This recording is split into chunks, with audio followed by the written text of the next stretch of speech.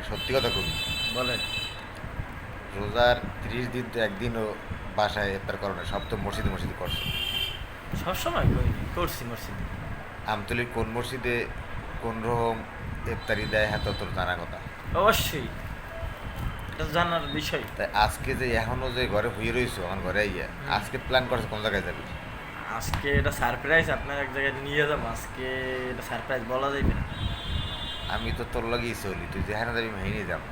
অবশ্যই আজকে মানে এটা বিষয়টা অনেক ভালো জায়গায় যাব। সারপ্রাইজ, এটাকে কমেন্ট আবার পরের ভিডিওতে এটা বলা হবে যে আমরা কোন জায়গায় যাব। গতকালকে কোন মসজিদে গেছিলি? গতকালকে জামে মসজিদই করছিলাম। হ্যাঁ নাকি, কি কি খাওয়াইছে?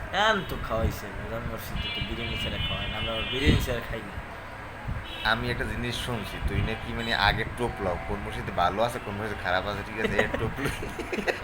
ভালো ভালো খাইতে হইলে অবশ্যই টোপ লইতেই পাই, টোপ এটা স্বাভাবিক লইয়া, ভাই। আগে টোপ লইয়া এরপর নাকি আস্তে নিরিবিলি মসজিদ চাইতে সেগুলো যে সময় হয় আস্তে পুটুকে ঢুকে যাও। না এ সময় আর কি আছে, এটা তো আমার দলবল সঙ্গ আছে না, সবাইকে নিয়ে দুঃখী আমি, ও একলা তোমার না। দলবল সঙ্গরে এক একজনের এক এক মসজিদের আশেপাশে পাঠাও, সেইটাই ভালো হয়, এইটা খুঁজলেই পরিষ্কার চলিয়ে যাও। ওরকম না, ওটা কপাল আছে না, ভাগ্য আছে না, ভাগ্যে যেখানে খাওয়ান সেখানে, তকদির তকদির তকদিরে যা মিলে যায় এই আর কি। তকদির। তার মধ্যে আমার টিভির মধ্যে কিন্তু আপনিও আছেন।